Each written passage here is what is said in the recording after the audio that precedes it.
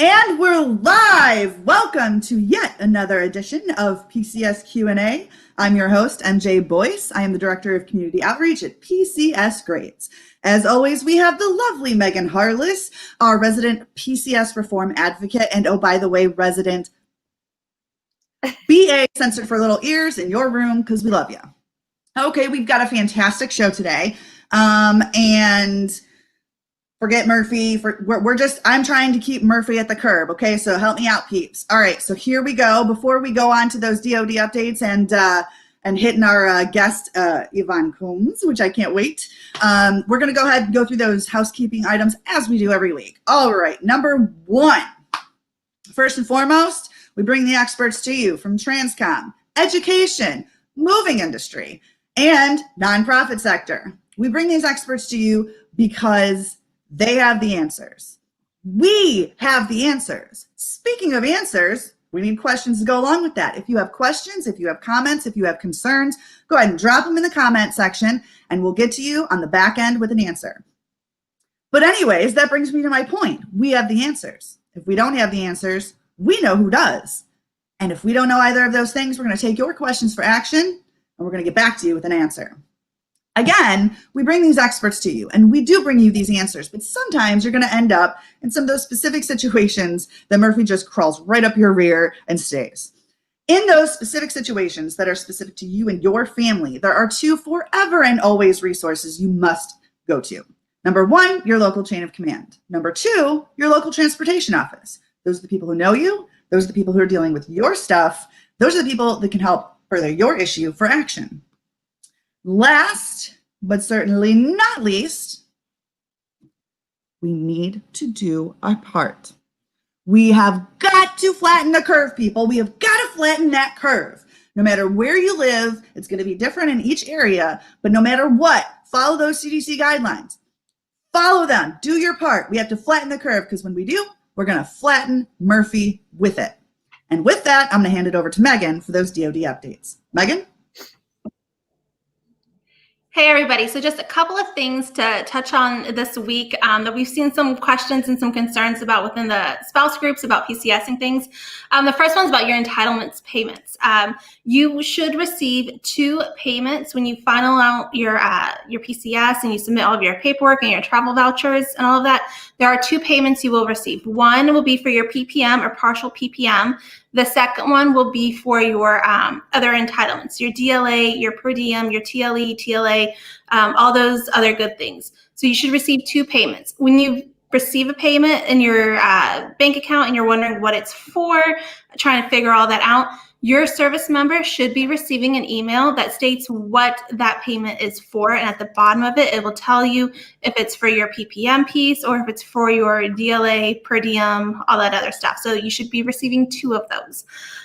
The other one we had some questions about is what happens when the movers damage my home? You know, a dresser got, rubbed against a wall. So now I've got scratches on the wall, or they accidentally, dropped something. I've got a hole in the wall. What happens, because they damaged my home? You first note it on the paperwork, either at delivery or at your origin when they're packing up. There should be a form if they damage something in the home that you can note it on there, so that way there is a record of it. You also need to notify your local transportation office and let them know of the issue that is going on. The second thing is that you need to, within 5 days of the damage happening, file a claim with your TSP, your transportation service provider. They will be the ones that will help manage it and coordinate it, and they will help get the that local company to kind of help take care of it. So if you have any of those damages, let your local office know, note it on the paperwork, and then file within 5 days with your TSP. So that's all I got for now, so I'll send it back to you, MJ. Awesome. Thank you, as always, for those DoD updates. Especially when it comes to the policy end, we always need somebody to help break that down. And that is a huge part of what Megan does for us. So kudos. Okay, so on to today's topic. Today's topic is nonprofits, moving with your nonprofits. And we have an awesome See, we moved up our time, as you can see, and so I have not consumed the appropriate amount of coffee to be able to be speaking in public. So I'm going to get on that. I'm going to rectify that. We're talking with Yvonne Combs today. She is the founder and CEO of Operation Deploy Your Dress, ODYD, because we love our acronyms. Anyways, I'm going to go ahead and ask her, Yvonne, would you tell us a little bit about yourself? Hi, I'm Yvonne Coombs. I am an Army spouse, Army, of 20 years. I, like you said, am the co-founder and CEO of Operation Deploy Your Dress. I'm stationed at Fort Carson, Colorado. And yeah, that's a little bit about myself. Oh, she is so humble, folks, because she is also the 2020 Armed Forces Insurance Army Spouse of the Year, which I think is awesome. We do love our MSOI peeps because, you know, we're all of us that are sitting here right now are part of that program, and that is what helped connect us all together. There are shenanigans that we could go on for days about. That's a whole nother show.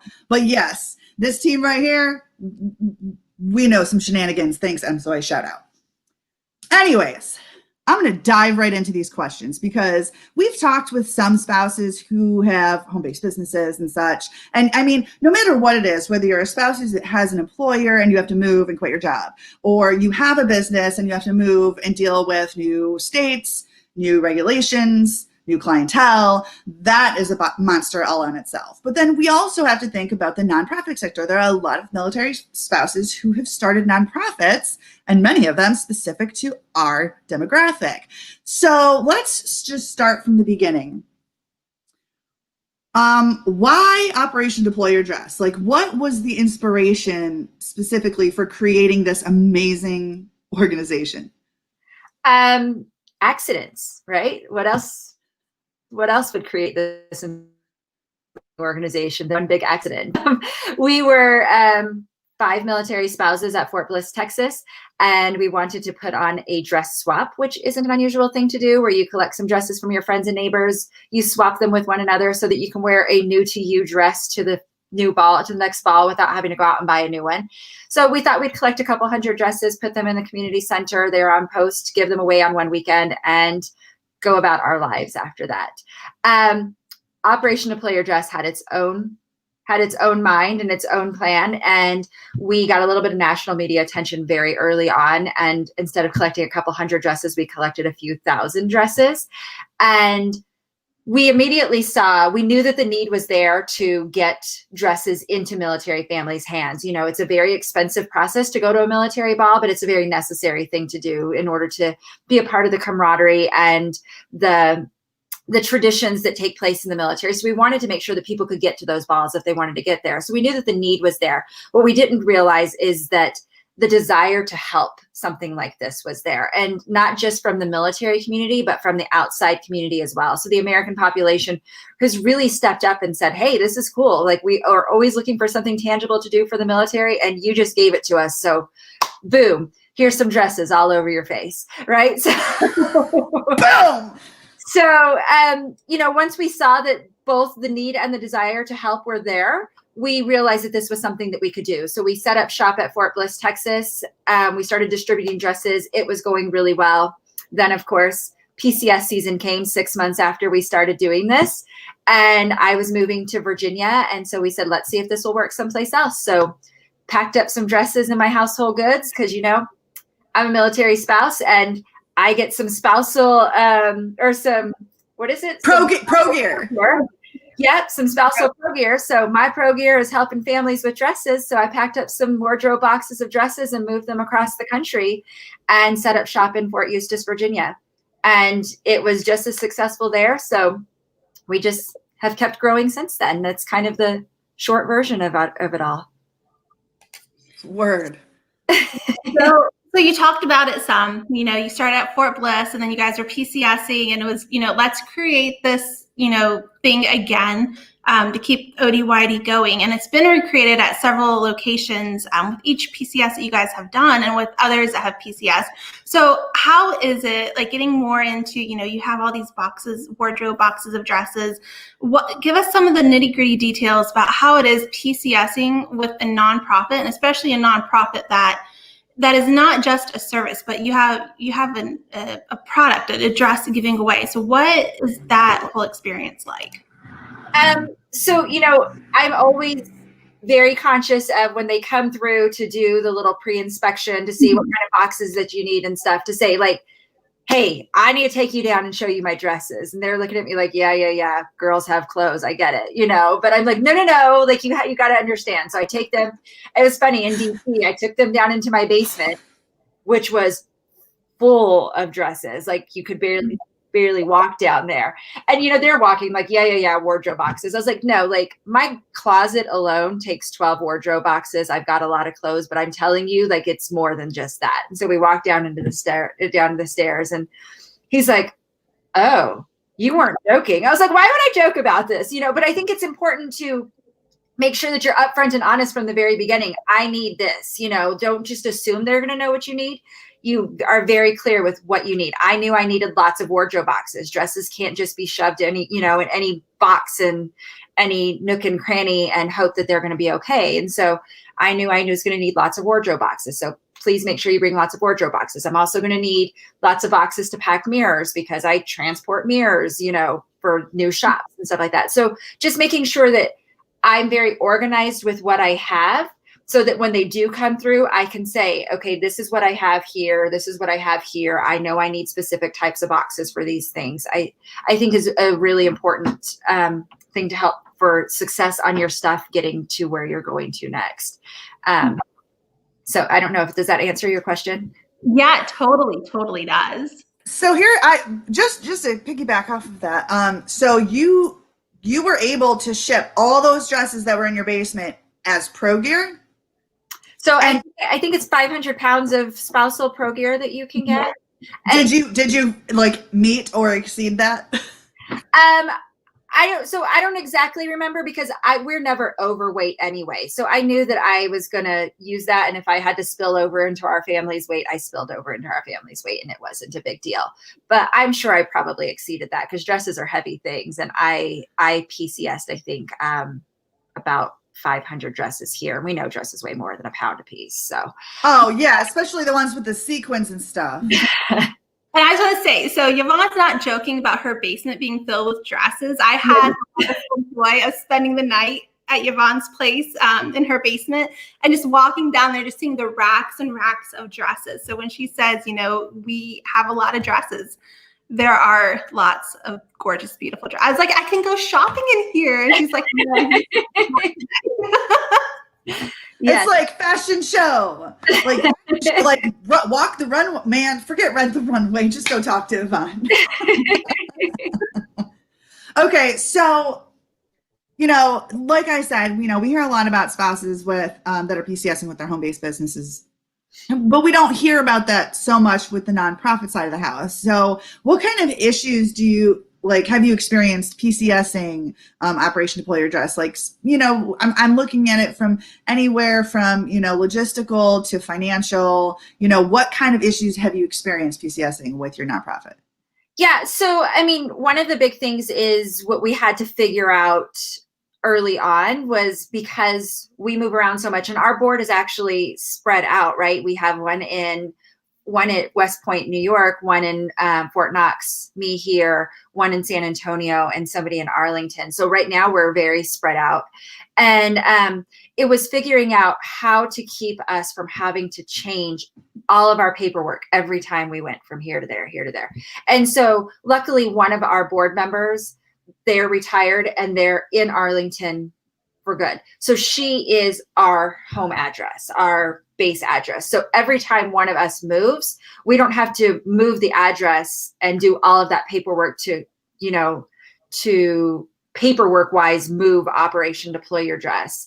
So that's very helpful, but it is still paperwork because like when I moved here and we opened a shop here in Colorado, we have to then figure out what paperwork needs to be done to be operating out of Colorado. It's not all the paperwork still because our home is still in Arlington, Virginia, but it's still some sub work, paperwork that we have to do to make sure that we're operating under the Colorado guidelines as well. So right now we're about to open our 9th shop. So we're in 9 different states, which is 9 different ways of filling out paperwork. And actually it's 10 because Arlington, we don't have a shop there, but we have paperwork that we have to fill out for Virginia as well. So in what we do in one state and the paperwork we have to fill out, sometimes it's just a postcard, you fill out very easy. And sometimes it's pages and pages of stuff, and it just depends on the state. So it's learning a new state's guidelines and regulations and making sure that you're within those parameters so that you don't bring down your house of cards, right?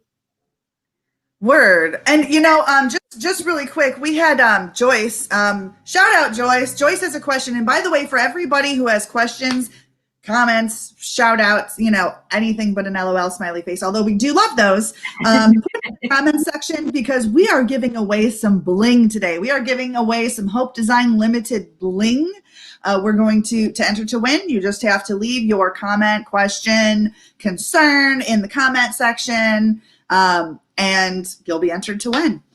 Okay, so Joyce's question is this strictly an Army program, or is Operation Deploy or Dress open to all services? So we're open to all services, all branches of services. We are Army spouses that started it. And so we are on Army installations or the Army side of joint bases currently, because that's where our contacts are. That's where our connections are. So that's how we get into those installations. However, we have served all branches of service, especially in our DC pop-up event every year. We get more of every other branch but Army there. But at Fort Eustis is a small little Army post, but there's a huge Air Force base right there and a naval base. And we serve more Air Force and naval people than we do Army people there. So it's just, like I said, where our connections are, because we are our Army spouses that started it. But we are definitely serving everybody. We are purple here. Which, yes, we bleed purple. I love that. And for the record, everybody, I have been a recipient of a dress from Operation Deploy or Dress at one of these DC pop-up events. And let me tell you, banging. And I got concierge service. Yeah. Oh, this would look great on you. I'm looking for a long sleeve one, so this one would look great on you. Okay, so yeah, thank you from my husband, by the way. And then Megan, we did have a question from Kelly Rich. Hey, Kelly, shout out. Girl, you're on fire. What is spouse pro gear? So spouse pro gear, we hear a lot about pro gear, usually for our service members. It's all their issued equipment, all of their stuff that they need to do their military job. But there is something called spouse pro gear, where as a spouse, you are allowed to have so much pro gear, up to 500 pounds, to take with you. That does not count towards your household good weight. So if you are a teacher, it could be all of your teaching supplies that you claim, as your spouse pro gear. If you're a doctor and you have your scrubs and specialized equipment and things at home, or if you're a mechanic and you have certain tools and things like that, you can claim that as spouse pro gear to take with you. In Yvonne's case, she has a nonprofit. So her spouse pro gear are her mirrors and her dresses and whatever other equipment she has to be able to operate her nonprofit business. Can I say something about that? I actually read the regulation before starting to PCS dresses to make sure that I wasn't breaking any rules or anything. And I was surprised actually to see, and Megan, you might have the wording in front of you, or you might have access to the wording before I do. Or it might be in her brain. But it actually says something about volunteers and supporting their community as well. And if it's items, if it's stuff that you're using to support your community. So it doesn't have to be that you're getting paid to do this job, but if you're a volunteer that's supporting your community and you have this stuff that you need to transport to your new community, that also can count as spousal pro gear. That is absolutely correct. So it's defined in there as community support items, which, as Yvonne said, anything you use to support your community. So if you are a Cub Scout leader and you have, whatever it is, tents because you all go camping, you're able to claim that. If you host multiple events for whatever reason, you can claim that stuff as well as part of your spouse pro gear, because it is community involvement support items. So you can totally claim those, take a little bit of weight off your household goods, convince your husband it's okay to buy the new table that you want to get, or the new shoes that are on sale, because you have that extra wiggle room now from claiming your community involvement items. And that, that is, see, just like that, here you go, Kelly, here's a response to that. I work in nonprofits and also hold my own consulting business. This is amazing. So yeah, I would have thought the same thing. I have, obviously a lot of the work that I have done has been geared towards the military community. And so, I have books upon manuals, and I have markers for kids classes I used to do. And then I have, I mean, just copious amounts of stuff that I never thought would be able, that I use no matter what it is that I'm doing. I never in a million years would have thought that. And even as from a volunteer perspective, like that's pretty awesome. Yeah. So Joyce's, we're going to move, hold on. So Joyce's question kind of led us into our next question that we have. You know, it's not just an Army program, but it's, you know, all over for all services, all branches. So where is Operation Deploy Address located at currently? And then what is your future goal and hope for Operation Deploy Address? So currently, I'll just list them off. I kind of hop over the map because I try and do it in order that they came in. So currently we're at Fort Bliss, Texas, Fort Eustis, Virginia, JBLM in Washington State, Fort Irwin, California, Fort Benning, Georgia, Fort Stewart, Georgia, Fort Carson, Colorado, Fort Hood, Texas, and opening on the 1st of October will be Fort Drum, New York. You here for your pop-up. And DC once a year for our pop-up. COVID, you know, took down our pop-up this year, but we'll be back strong next year and ready to go in DC. So DC once a year for our pop-up. We do have a couple of shops in the works that we're not releasing yet, but we are working hard to get them, you know, situated so that we can tell people about those as well. So Fort Drum will be number 9. We hopefully will have 10 and 11 coming soon after that, which is super exciting. And yeah, we're trying to get, our hopes is to get to as many military families as possible. Of course, we would love to get into the other installations as well. So other services installations. So if you're out there and you want to help me do that, let's talk, because although we do serve all branches of service, we'll be able to easily serve all branches of service even more if we could be in their installations, right? So that's our hopes. And you know what? I think that's awesome. And I mean, so I'm just going to throw this out there. I used to work as a readiness and deployment support trainer for Marine Corps Family Team Building in Beaufort. Shout out. And we used to do an annual event called Operation Ball Gown.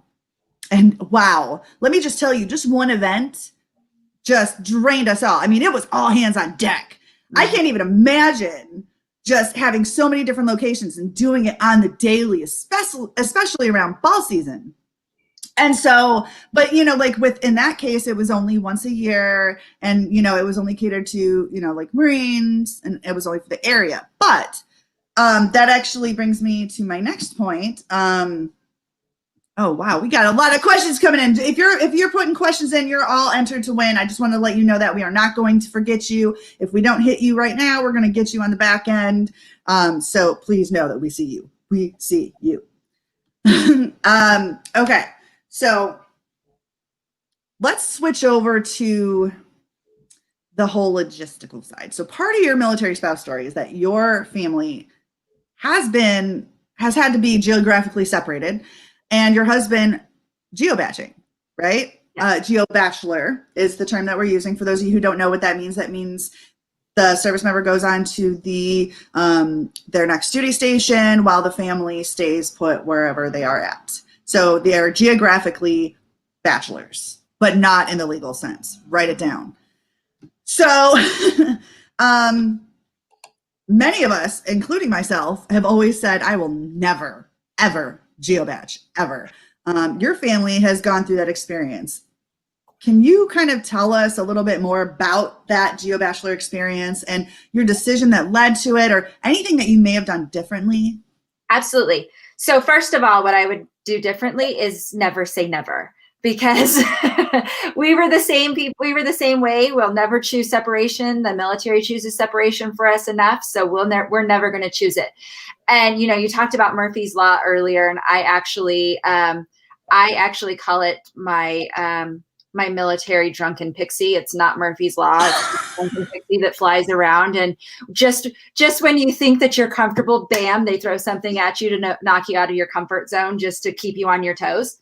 So it was actually when we were supposed to be PCSing here to Fort Carson, Colorado. My husband had to take command early, so he was supposed to take command in June. It got moved up to February, so we were like, okay, let's roll with this. We found out in November, and so we were gonna move during Christmas, move from DC to Colorado, set up life, and continue rolling. And that's when the Drunken Pixie decided, maybe I should name the Drunken Pixie Murphy. Maybe that's going to be her name. My Drunken Pixie Murphy decided that I wasn't going to go ahead and go with that plan. So my son ended up getting diagnosed with cancer. We were in DC near Walter Reed Hospital where he was going to be treated. And so for us, it was a no-brainer. We were going to keep him at Walter Reed to be treated.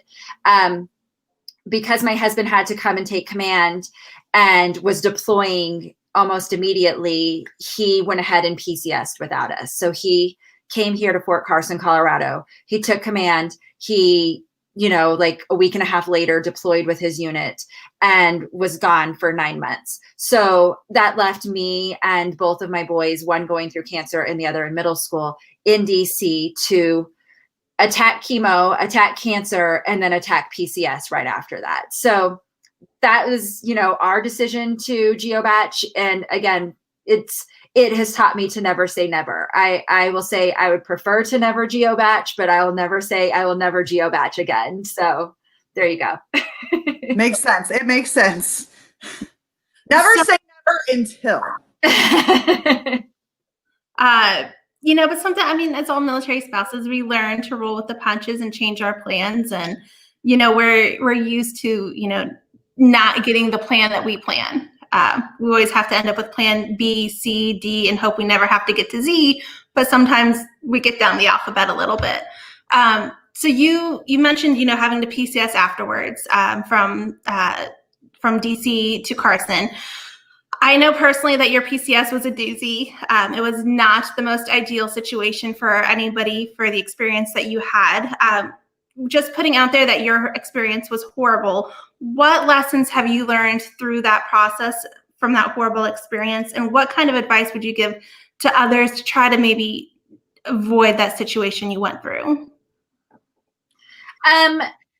So I will say that because I know Megan had picked her brain a lot. She had stayed at my house just like 2 weeks before I actually PCS. So I was able to pick her brain a lot and was trying to do and implement a lot of the tricks and the hacks to kind of make things go smoothly. And but there was only one of me. So I wasn't able to be in every room watching each of the packers, pack things. So I did give them some very clear wishes and instructions whenever they started. Unfortunately for me, my packing team was one person who had ever packed a box before.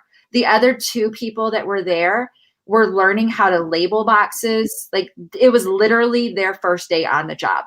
And it's not like they had gone through like box training before they came to the job. I think they picked them up at 7-Eleven and brought them to the job. And so some of it was just very unavoidable. I could only do so much. I could only use so many of the hacks. And sometimes it sucks, but it was the situation that I was dealt. And so, but there were things. I did the stickers saying that these were the rooms, and I asked them to not cross-contaminate the rooms. Don't pack something from this room into this room. And I asked them to label. But again, there was only one of me. So as I was going around trying to check on things and being like, well, this just says boys' room items. Like, how am I supposed to know what's in there? And they'd be like, well, we already closed it. And I'd be like, okay, well, we need to open it up again. We need to label what's on there, blah, blah, blah, and stuff. So I tried to do that, but I could only do so much of that. So I think that lesson number one is, even if you're geobatching and find yourself in this situation, don't be afraid to ask for help and have people come over and help you, because I know we all always try to be strong and we can do it. And we don't, we're military spouses and we're going to figure it out one way or another. But I think for me, being too proud to say, hey, I need help. I need somebody to come here and sit with me and do this with me was part of my issue. Yeah, as we suck asking for help. We're horrible at it, as Yvonne said. I mean, for all of us, and especially for me through my husband's last deployment, I needed help so many times, but especially for my generation of military spouses coming up through the back-to-back deployments, it was, you'll figure it out. You can do it. If you can't do it, it just won't happen.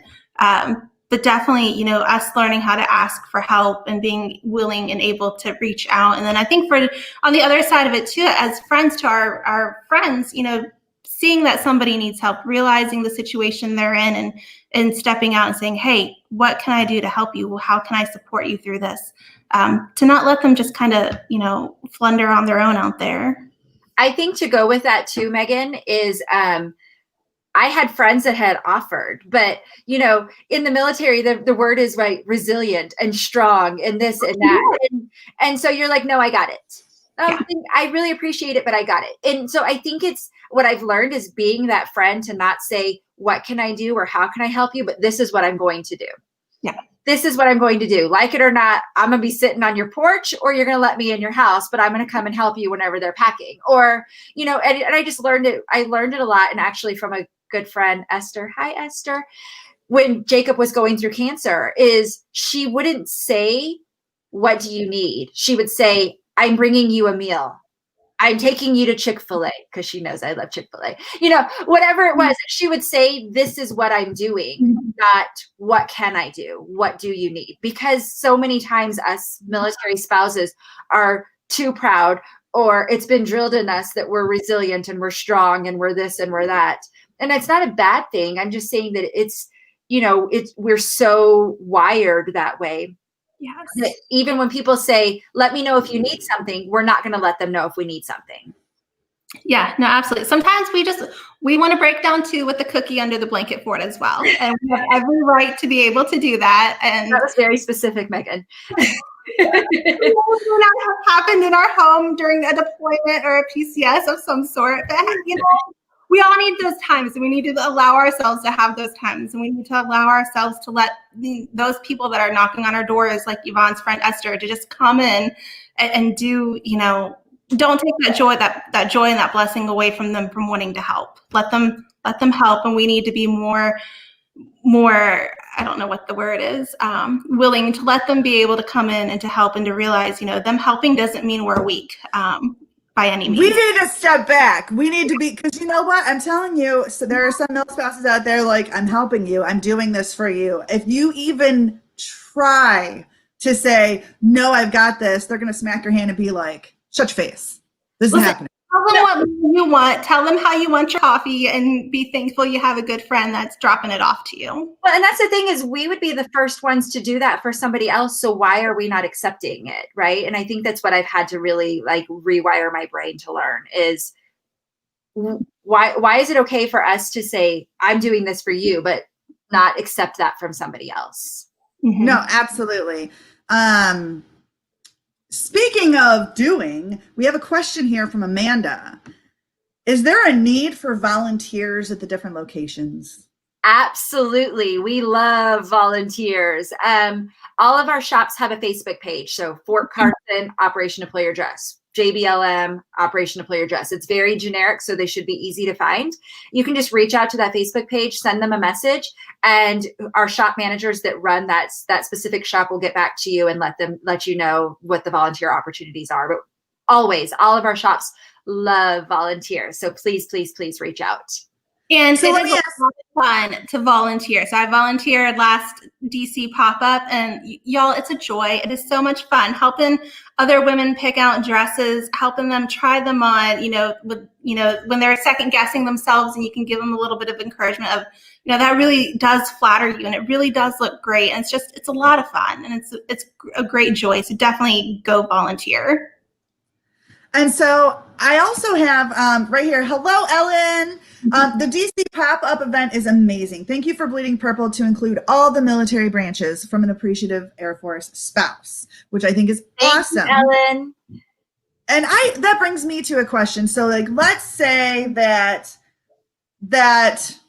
I'm stationed in Beaufort still, and Fort Stewart isn't that, it's further away, but it's not so far away that I couldn't take a hike. If I wanted to get a group of my friends and we all have access to the installation, would we be permitted to go to the Operation Deploy Your Dress site and potentially get a dress, number one. And number two, that actually falls in line with this question. Hey, John, what's up? Thanks for being in here. Asking for my wife, what are the eligibility requirements for the dresses? All ranks, active guard, reserve? So I'll answer both of your questions. So first for John, the requirements are military or dependent ID card holder. So it can be active, guard, reserve, any of that, as long as they have a valid military or dependent ID card. It can be a daughter that's going to prom and needs a prom dress. It doesn't even have to be a spouse. So as long as they have the military or dependent ID card, they can come and get a dress. For MJ's question, the cool thing is, yes, you guys could all come together, come to one of our openings, caravan together. We've had this done and they have so much fun. It's more fun when you're there with friends because they're like, ooh, that looks good. Oh, and then whenever they go to the event together, they're like, remember when we were doing this? We had one group of ladies come in and do the mannequin challenge in our shop, like putting people in dresses, like staying really still, like they're mannequins and stuff. Oh, a couple years ago. So we had one group of spouses come in, and whenever they were getting dressed, they're like, let's do the mannequin challenge. So we did the mannequin challenge with them in our shop. But another cool thing is if you reach out to the shops, most of our shops, I won't say all because I'm not quite sure, but I'm pretty sure it's all of them. But most of our shops will do private events. So you can reach out and say, hey, I have a unit, or I have a group of friends that want to come from Buford. And usually they want like 10 people, at least 10 people, to make sure it's, not one person that's going to show up and they've just opened the shop for one person. But you can reach out and say, I'd like to do a private event. They'll send you a little private event application, make sure that the dates line up with their volunteers that they can get in. And you can do coffees there, unit event. If you have a ball coming up, the units sometimes will just say, would like to have a special opening for our families to come in. Or like I said, if you're coming from another installation and you've got a group of people that want to come in, you can say, hey, I've got 12 people that want to come from Buford. Will you do a private event for us? And so it's really cool that we're able to offer that as well. No, yeah, totally. And this is funny. This is actually awesome. Stacy, shout out Stacy. She's actually our community outreach manager here at PCS Grades, and she's working on the back end because she's camera shy, because she's a photographer actually too. I'm totally going to work on the local spouse club in Charleston, South Carolina. We have Air Force, Navy, United States Coast Guard, and USCG Mega Base coming up. Mega Base sounds huge. I'm just saying. I don't know what Mega Base is, but it sounds amazing. So, Stacy, you definitely need to get with Yvonne once we have completed this. Yes. That's really cool. And let me see. Oh, see, we have some awesome questions, comments coming in. Keep them coming because we're almost at the time when we're going to start drawing some names for some bling from Hope Design. Okay, so Kelly Rich also had a question. Is this only wedding gowns are also formal now too? It's straight up formal, right? It's straight up formal. We do receive wedding gowns every now and then. Most of our recipients are military spouses, so they're already married, and wedding gowns take up a lot of space. And a lot of times our shops are, pretty limited on space. So we do receive some wedding gowns, and we have had some success in deploying the wedding gowns, but really it's formal gowns that we're in the business of. Formal and semi-formal, something you wear to a ball, a prom, a homecoming, a really nice wedding, bridesmaids dresses a lot of times get sent to us. We've had some wedding parties that after the wedding's over, all the bridesmaids gather their dresses and send them to us, which is really cool, right? So then we end up having like 7 dresses that maybe are all the same, but they're different sizes. So we're able to get them into different people's hands and stuff like that too. So that's really cool. So really quick, Yvonne, talk about if somebody wants to donate something, how does that work? And it's not just dresses. You guys will take shoes and accessories, handbags, and all that good stuff too? Yep. So if somebody wants to donate something, they can go to our website, operationdeployyourdress.org. And we have a locations thing with a little map with cute little pink pins that you can click on it, and it'll show you a mailing address and a physical address. Just make sure you choose the mailing address. A lot of our shops can't receive mail at the physical address, so they have a PO box or just another address that it gets sent to.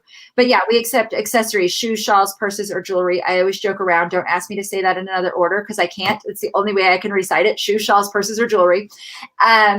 And because you receive one free dress and one accessory per calendar year. And I don't think that that's something that we've said is these dresses are 100% free to the recipients and they're theirs to keep. It's not a borrow and return program like some places have. This is come in, find the dress that you love, take it home. If it's too big, alter it. It's yours to keep. We just ask that they don't try to sell it or profit off of the donor's generosity, but it's theirs to keep to do what they want with after that. Which is so awesome. And the great thing too, so I've received several dresses from Operation Deploy Your Dress during our time that we were stationed at Fort Eustis, and I got them and I wore them and I loved them for the events that I had them at. And then when it came time to PCS and it's cleaning through my closet, it was just like, oh, I don't need to keep these, and able to donate them right back to Operation Deploy Your Dress. That way they could go right back out with somebody else. So definitely, I love how it's, it can be yours to keep because I do have one I did keep because it was my absolute favorite. It was absolutely gorgeous.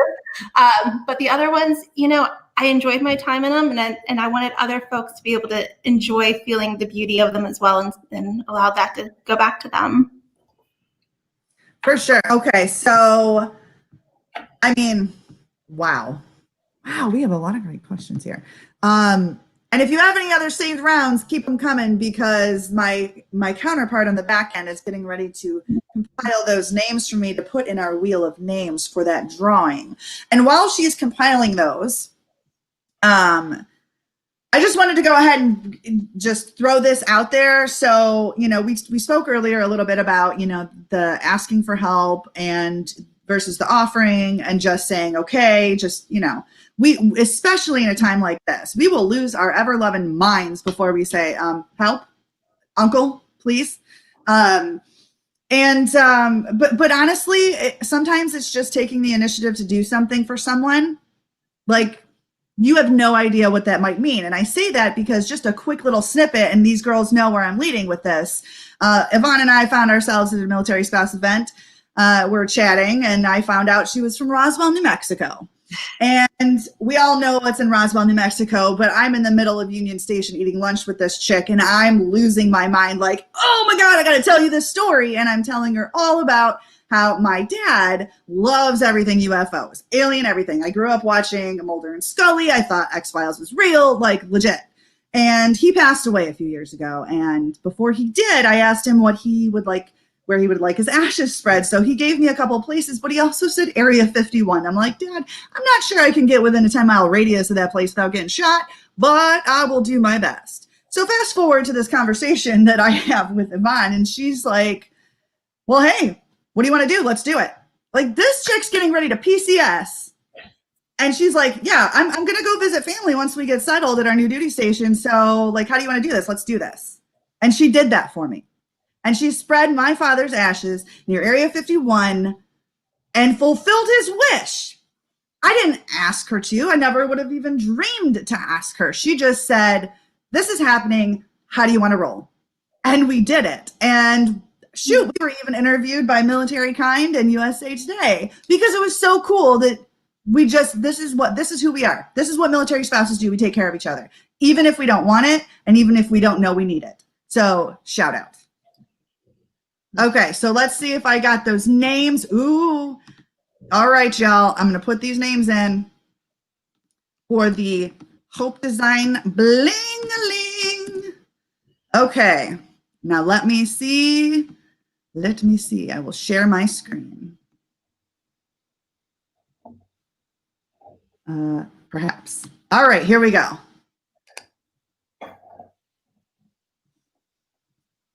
Allow. Can you guys see it? Yes. Okay, here we go.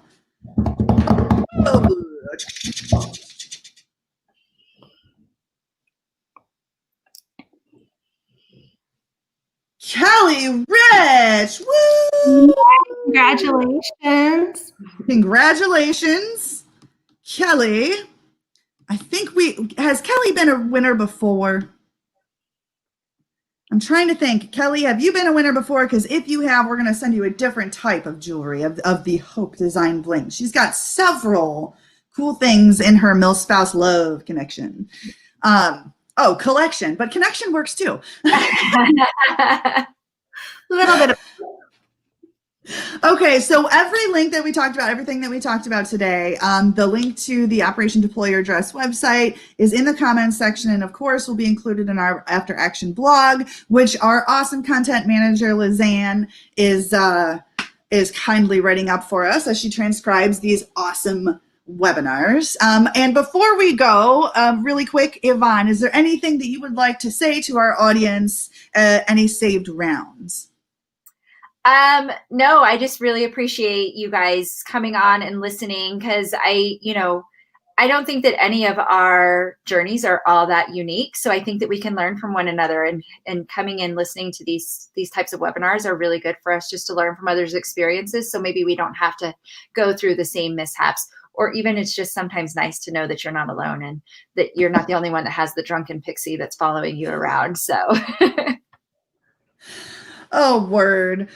Well, thank you so much, Yvonne, for your time, because I know you're on General Mountain Time, so you're 2 hours before me, so you even had less coffee than I have. I don't drink coffee, so we're good. Oh, okay. Okay. Well, I praise you for that. Thank you so much for being on today. We really, really appreciate it. Operation Deploy Your Dress, people. Go there, do it, listen, learn, create one at your base. Get with Yvonne if you want to do that. And of course, thank you always to our lovely Megan Harless, the resident PCS reform advocate / BA. And until next week, this too shall PCS. Bye, everybody. Bye.